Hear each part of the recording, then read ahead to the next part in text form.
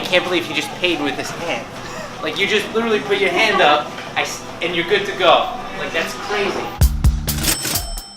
Hi, my name's Charlie Warzel. I'm a senior writer with BuzzFeed News. And in order to see what the future of money looks like, I decided to live for a month just paying for things with my phone. And somewhere along the line, I ended up getting a microchip implanted inside my hand to see if I could be the first person in the world to pay for something out in the real world using just their hand. I basically wanted to try to download as many apps onto my phone as possible and make sure that I could use alternative currencies and try to skirt cash or credit cards any way possible. Using your phone as a payment method, we call that a proximity mobile payment.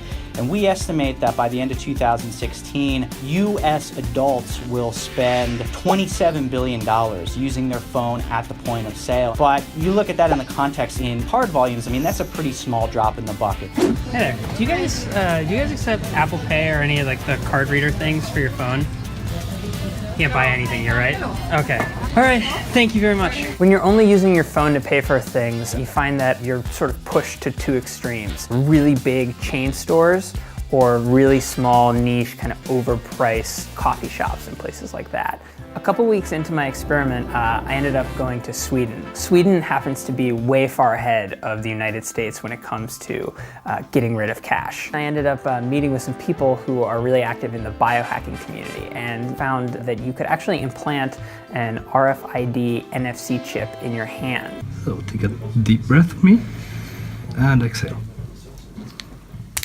And so I figured if I could put it in my hand, maybe I'd be able to pay for something with my hand. That was it. Breathe. Yeah. Keep breathing. How's it feel? It's like pinchy. It definitely hurt like way more than they said it was going to. It looks sort of like a grain of rice or like a pill that's in my hand. I think the idea of using a microchip implant in one's hand to be able to make a payment, I do question the mainstream application of it, but I really think there might be other ways where that might come to fruition, not necessarily through like a surgical implant, but through other kind of integrations with the body. So once everything healed, I decided that I needed to start focusing on how to make this chip work. And I really wanted to become the first person to ever pay for a meal at a restaurant with their hand. Eventually, I stumbled across a Venmo engineer who said that he could help me with my task. What they decided is that they would put my Venmo unique user ID onto my chip, which would basically make it so that any phone would recognize my hand as a Venmo app. I'm gonna write your secret token for Venmo, and you're gonna go up there, they're gonna scan your hand, put how much we owe, that's it. Takes a second. Here we go. So you're good to go. That was so sick, dude. That's amazing. That was sick. Yes!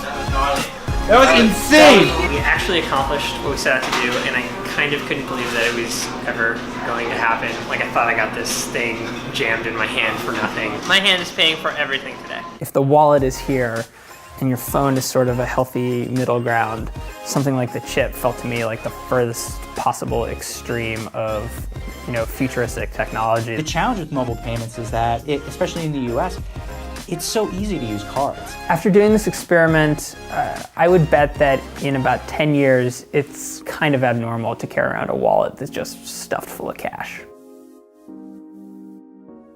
That's insane. Paying with the hands. What's next? Paying with the foot?